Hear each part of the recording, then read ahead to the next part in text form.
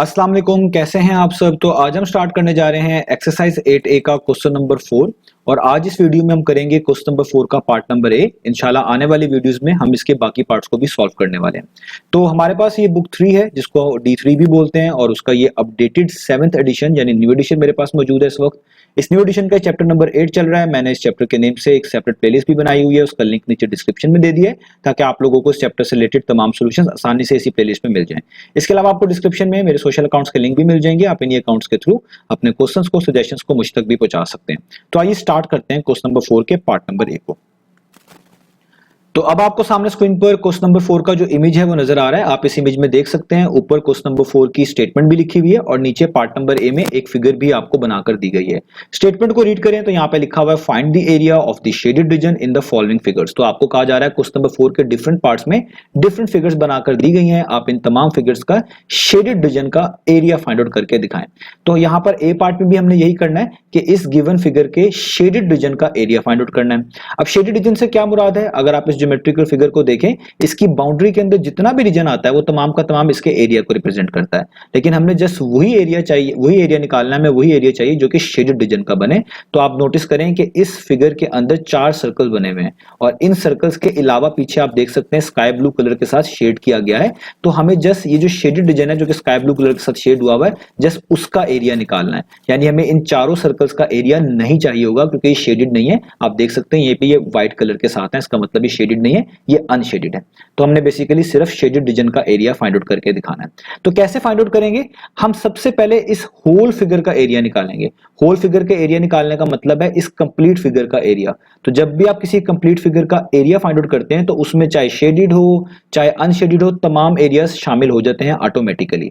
तो हम पहले इस कंप्लीट फिगर का एरिया निकाल लेंगे और उसमें से इन 4 सर्कल का एरिया माइनस कर देंगे ताकि हमारे पास वही एरिया बच जाए जिसको हम बोलेंगे area of the shaded region. 4 circles का एरिया इसलिए माइनस करेंगे क्योंकि ये शेडेड नहीं है, हमें जस्ट शेडेड रीजन का एरिया चाहिए।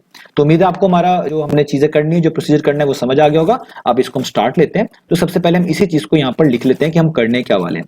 क्योंकि हमें एरिया ऑफ शेडेड रीजन चाहिए तो इसलिए मैं यहां पे लिखूंगा, हेडिंग डालूंगा area of a shaded region.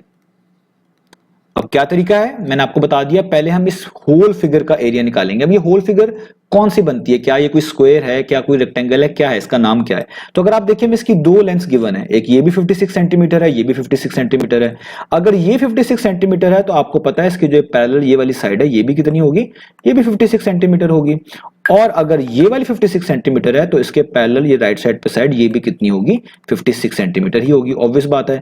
और अगर कोई ऐसी ज्योमेट्रिकल फिगर हो जिसकी तमाम साइड्स की लेंथ एक जैसी हो, उसको हम बोलते हैं स्क्वायर। तो यहाँ पर होल फिगर से मुराद है आपको इस पूरे स्क्वायर का पहले एरिया निकालना है। तो इसलिए हम यहां पे लिखेंगे कि हमें सबसे पहले क्या निकालना पड़ेगा, एरिया ऑफ अ स्क्वायर। हमें इस स्क्वायर का एरिया चाहिए होगा। ओके, जब हम इस स्क्वायर का एरिया निकाल लेंगे उसमें शेडेड रीजन भी आता है, इन चारों सर्कल्स के लिहाज से अनशेडेड रीजन भी शामिल हो जाएगा। लेकिन हमें तो सारा जो है एरिया नहीं चाहिए, शेडेड अनशेडेड दोनों तो नहीं चाहिए, हमें तो जस्ट शेडेड चाहिए। तो हमें इन 4 सर्कल्स का एरिया माइनस करना पड़ेगा। तो इसलिए हम लिखेंगे कि पहले हम इस पूरी होल फिगर का जो कि स्क्वायर है इसका एरिया निकालेंगे और इसमें से माइनस कर देंगे। किसको माइनस कर देंगे, area of 4 circles, in 4 circles के एरिया को जिनका हमें एरिया रिक्वायर्ड नहीं है। यहां तक तो हमने ये चीज लिख ली। अब स्टार्ट करते हैं। तो स्क्वायर का एरिया किस तरह निकाला जाता है, आपको ये फॉर्मूलाज आने चाहिए। मैं यहां पर इसको अलग से सेपरेटली लिख रहा हूं, इनकी वैल्यूज मैं उधर ही पुट करूंगा, इधर यहां पर। तो एरिया ऑफ स्क्वायर निकालने का फॉर्मूला होता है लेंथ रेज़ टू पावर 2। कोई भी आपको एक लेंथ गिवन हो उसके ऊपर पावर 2 अप्लाई कर दें, यानी उसका स्क्वायर ले लें, आपको हमेशा एरिया ऑफ अ स्क्वायर पता चल जाएगा। क्योंकि स्क्वायर की तमाम लेंथ्स एक जैसी होती हैं। तो आप देख सकते हैं यहाँ पर 56 सेंटीमीटर गिवन थी, वही सारों की लेंथ है। तो आप जस्ट 56 का स्क्वायर ले लें, आपको इस पूरी स्क्वायर का, इस पूरी फिगर का एरिया पता चल जाएगा। तो इसलिए मैं एरिया ऑफ अ स्क्वायर के नीचे लिखूंगा लेंथ का स्क्वायर, लेंथ 56 है तो हम लिखेंगे 56 का स्क्वायर, इस तरीके से। ठीक है, आगे आपने माइनस करना है। अब आपको 4 सर्कल्स का एरिया चाहिए। अब आप नोटिस करें ये चारों के चारों सर्कल्स बिल्कुल एक जैसे हैं। अगर आप किसी एक सर्कल का एरिया निकाल लें और उसको 4 से मल्टीप्लाई करेंगे तो इन चारों सर्कल्स का एरिया आ जाएगा। लेकिन हमें पहले पता होना चाहिए कि एरिया ऑफ अ सर्कल का फॉर्मूला क्या होता है। तो वो भी मैं यहां पे लिख देता हूं कि अगर आपने किसी भी सर्कल का एरिया निकालना हो तो आप फॉर्मूला यूज करते हैं पाई, इसको आप पढ़ते हैं पाई और आगे आर स्क्वायर। आर का मतलब होता है रेडियस। रेडियस क्या कहते हैं, सर्कल के सेंटर से लेकर उसकी बाउंड्री तक की लेंथ। जैसे मिसाल के तौर पर अगर ये सर्कल का सेंटर है, इसकी यहां से लेकर यहां बाउंड्री तक की जो लेंथ होगी वही रेडियस होगी। तो अगर आपने किसी सर्कल का एरिया फाइंड आउट करना है, आपको रेडियस चाहिए होगा। अब हमें यहां से रेडियस निकालना है, तो उसका तरीकाकार क्या होगा, आप नोटिस करें यहां से लेकर यहां तक जो लेंथ है ना वो पहले से गिवन है, वो कितनी है 56 सेंटीमीटर। तो इससे ये बात कंफर्म हो जाती है कि अगर मैं यहां से लेकर ये कंप्लीट लेंथ और इसी तरीके से यहां से लेकर ये कंप्लीट लेंथ जो है एक तरह की फाइंड आउट कर लूं, तो ये भी 56 सेंटीमीटर ही होगी। अब ये जो आपके पास लाइन सेगमेंट होती है ना, जो सर्कल की बाउंड्री से स्टार्ट होती है, सर्कल के सेंटर से पास होती है और सर्कल की बाउंड्री तक जाकर खत्म हो जाती है, इसको हम बोलते हैं डायमीटर्स। यानी ये भी एक डायमीटर है और ये भी क्या है, डायमीटर है। अब ऑब्वियस बात है, क्योंकि सारे के सारे सर्कल्स एक जैसे हैं, तो ये डायमीटर्स एक जैसे ही आने चाहिए, इनकी वैल्यूज क्या होनी चाहिए, एक जैसी ही होनी चाहिए। तो ऐसी लाइन सेगमेंट जो सर्कल के सेंटर से पास होती है और सर्कल की बाउंड्री से स्टार्ट हो रही होती है, बाउंड्री भी खत्म हो रही होती है, इसको हम डायमीटर बोल रहे होते हैं। तो हमने इस 56 को ऐसे डिवाइड करना है कि ये दोनों आपके पास लेंथ आ जाएं और ये एक जैसी हो। तो जब भी आपने किसी चीज को इस तरह डिवाइड करना हो कि आपको इक्वल चाहिए हो, हाफ चाहिए हो, तो इसका मतलब होता है आप जिसको 2 पर डिवाइड कर दें तो आपको इक्वल हाफ मिल जाएंगे, उनके आधे आधे हिस्से मिल जाएंगे। तो अगर आपको इस सर्कल का डायमीटर चाहिए, इसका भी चाहिए और वो होना भी सेम चाहिए, तो सिंपल सी बात है कि ये टोटल लेंथ यहां से लेकर यहां तक जो बनती है, इसको 2 पर डिवाइड कर दें, आपको ऑटोमेटिकली इनके डायमीटर्स पता चल जाएंगे। तो अगर आप देखें यहाँ पर टोटल लेंथ है यहां से लेकर यहां तक बाउंड्री तक की 56 सेंटीमीटर, जो कि इन दोनों डायमीटर को ऐड करने से भी वही बनेगी। यहां से लेकर यहां तक, यहां से लेकर यहां तक भी ऐड करेंगे तो 56 ही बनेगी। तो अगर हम 56 का हाफ करें तो 56 का हाफ क्या होगा, डायमीटर। इसको हम बोलेंगे डायमीटर, क्योंकि वो ये वाली वैल्यूज ही आपके पास आएंगी। तो मैं यहाँ पे अगर लिखूं कि अगर आपने डायमीटर निकालना है, डायमीटर, और ये चारों सर्कल्स का होगा, यानी सब सर्कल का एक जैसा ही है, तो इसलिए मैं लिख रहा हूं डायमीटर ऑफ 4 सर्कल्स। तो ये चारों सर्कल्स का एक जैसे होगा। तो आपने क्या करना है, जो टोटल लेंथ आपको यहाँ पर गिवन है 56, इसको आप 2 पर डिवाइड कर दें, वो आपका डायमीटर आएगा। तो ये 56 को आप 2 पर डिवाइड करें, और आप जानते हैं 56 को 2 पर डिवाइड करने से क्या मतलब है, हाफ करना। तो 2 1 टाइम्स 2 होता है, 228 टाइम्स जो होता है वो 56 हो जाएगा। तो आपको एक तरह का डायमीटर पता चल जाएगा इन चारों सर्कल्स का, जो कि कितना होगा, 28 सेंटीमीटर। तो इसका मतलब ये आपको पता चल गया ये कितना है, 28 सेंटीमीटर। अब ये 28 है तो बाकी भी क्या है, 28। अब डायमीटर पता चल जाए तो उससे रेडियस कैसे निकाला जाता है, आपको पता है, अगर हम डायमीटर का हाफ कर दें तो हमें रेडियस मिलता है, यानी यहां से लेके यहां तक की लेंथ मिल जाएगी, जिसको हम रेडियस बोलते हैं।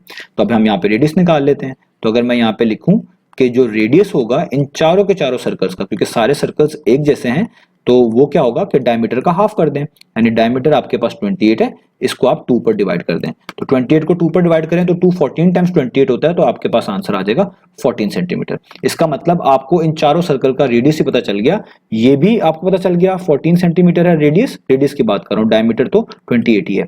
और यहाँ पे भी यहां से लेके यहां तक की लेंथ 14 सेंटीमीटर बन जाएगी, यहां से भी लेके यहां तक की लेंथ 14 सेंटीमीटर बन जाएगी। तो एक तरह का आपने रेडियस निकाल लिया। तो इस तरह हमने टोटल लेंथ को, जो कि इन दोनों सर्कल्स के डायमीटर को मिलाकर बनती थी, हमने उसका हाफ किया ताकि हमें दोनों डायमीटर्स पता चल जाए, और फिर डायमीटर का फर्दर हाफ किया ताकि हमें रेडियस पता चल जाए। तो अब आपको रेडियस पता चल चुका है। अब हमने क्या करना है, हमने किसी एक सर्कल का एरिया निकालना है और उसको 4 से मल्टीप्लाई कर देना है ताकि हमें चारों सर्कल का पता चल जाए। तो एक सर्कल का एरिया निकालने का फॉर्मूला क्या है, पाई आर स्क्वायर। पहले मैं वो यहां पर लिख लूं, एक का फॉर्मूला है पाई आर स्क्वायर, आर का मतलब रेडियस, और रेडियस आपने कितना फाइंड आउट किया, नीचे 14। तो आप यहां पे लिखेंगे पाई आर स्क्वायर, ये रेडियस का स्क्वायर हो गया। अब ये तो एक सर्कल का एरिया हो ना, हमें तो कितने चाहिए, 4 का, तो आप इसको किससे मल्टीप्लाई कर देंगे, 4 से। तो आप इसके पीछे यहाँ पे लिख देंगे 4। ये एक तरह का आपने 4 से इस सारे को मल्टीप्लाई कर दिया, तो ये चारों सर्कल का एरिया हो गया। अब चीजें बस हमने जस्ट सिंप्लीफाई करनी है। तो 56 का स्क्वायर का क्या मतलब है, 56 का स्क्वायर का मतलब है 56 को 56 से मल्टीप्लाई करें तो वो आपके पास आएगा 3136। आगे 14 का स्क्वायर पहले हम निकाल लेते हैं। 14 के स्क्वायर का मतलब है 14 मल्टीप्लाई बाय 14, वो कितना होता है, वो होता है 196। तो मैं यहाँ पे लिखूंगा 196 स्क्वायर लेने के बाद। अभी पाई की वैल्यू मैं यहाँ पर पुट नहीं कर रहा, तो यहाँ पे हो जाएगा 3136। अभी आप इस 4 को और 196 को जो है मल्टीप्लाई कर सकते हैं। तो अगर आप 4 को 196 से मल्टीप्लाई कर दें तो आपके पास आ जाएगा 784, और ये 7 पाई जो है वैसे का वैसे। अब आगे चलते हैं, तो मैं यहाँ पे इसको सेपरेट कर लूं। अब देखें पाई की वैल्यू ना आप 22/7 भी यूज कर सकते हैं, 3.142 भी यूज कर सकते हैं, और इसके साथ साथ कैलकुलेटर की प्री इंस्टॉल्ड वैल्यू भी यूज कर सकते हैं। कैलकुलेटर की वैल्यू से बहुत एक्यूरेट आंसर्स आते हैं, उसके बाद 3.142 यूज कर लें। 22/7 से भी आंसर्स एक्यूरेट आते हैं, लेकिन कभी कभार कुछ केसेस में आपको बहुत माइनर सा फर्क नजर आ सकता है, जो कि नेग्लिजिबल होता है, वो कोई एरर नहीं होता, लेकिन आपको उसको थोड़ा सा राउंड ऑफ या आप कह लें उसकी एक्यूरेसी थोड़ी इंप्रूव करनी पड़ सकती है।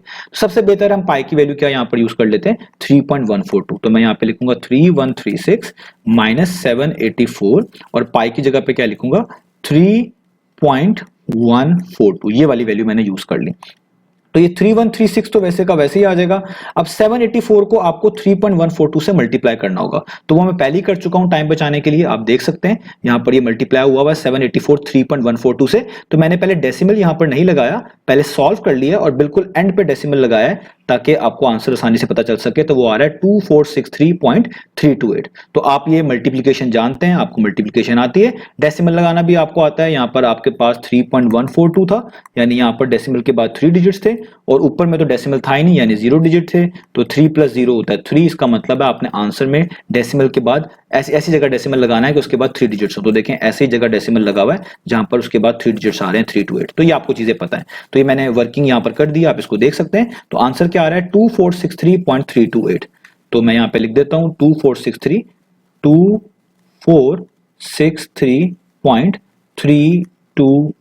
अब सब्ट्रैक्ट कर लेते हैं। तो जल्दी से कैलकुलेटर से कर रहा हूं, आप इसको खुद से भी कर सकते हैं, इसमें अब कोई इशू नहीं रहा ताकि टाइम बच जाए। तो यहाँ पे 2463.328 ये मैंने देखें लिख दी सारी की सारी वैल्यू इसी तरीके से जिस तरह यहाँ पे मेंशन थी। तो इक्वल टू प्रेस करूं, ये चीज आती है फ्रैक्शन में, इसके लिए आप एसडी का बटन दबाएं ताकि डेसिमल्स में आ जाए। तो ये आ रही है 672.6। मैं इसको यहां तक लिख रहा हूं डेसिमल के बाद फर्स्ट डेसिमल प्लेस तक, आप आगे भी लिख सकते हैं ताकि 3 सिग्निफिकेंट फिगर तक हम इजीली इसको एक्यूरेट करके आंसर दे सकें। तो मैं इसको लिख रहा हूं 672.6, क्योंकि ये एरिया है, ऊपर डायमेंशन सेंटीमीटर्स में गिवन थी तो ये सेंटीमीटर स्क्वायर में होगा।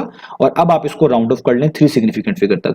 तो ये फर्स्ट सिग्निफिकेंट फिगर, ये सेकंड, ये थर्ड, और थर्ड के एक्सट्रीम राइट पर आप देखें एक ऐसा डिजिट है जो कि 5 से बड़ा है। तो अगर 5 या 5 से बड़ा डिजिट हो तो जो प्रीवियस डिजिट हो उसमें 1 प्लस कर देते हैं। तो ये 672 नहीं रहेगा बल्कि 67 तो वैसे ही, और 2 में 1 प्लस कर देंगे तो कितना हो जाएगा 3। तो आपका आंसर आ जाएगा 3 सिग्निफिकेंट फिगर्स के लिहाज से 673 सेंटीमीटर स्क्वायर। तो ये मैं यहाँ पे लिख दे भी देता हूँ, ये मैंने 3 सिग्निफिकेंट फिगर तक आंसर यहाँ पर कोट किया है। तो यही हमने फाइंड आउट करके दिखाना था। तो हमारा एरिया ऑफ शेडेड रीजन आ गया 673 सेंटीमीटर स्क्वायर। तो उम्मीद है आपको ये पार्ट अच्छे से समझ आया होगा। इंशाल्लाह अब हम नेक्स्ट वीडियो में इसके बाकी पार्ट्स को स्टार्ट करेंगे, उनको हम यहाँ पर सॉल्व करेंगे। तो तब तक के लिए अल्लाह हाफिज, अपना ख्याल रखें।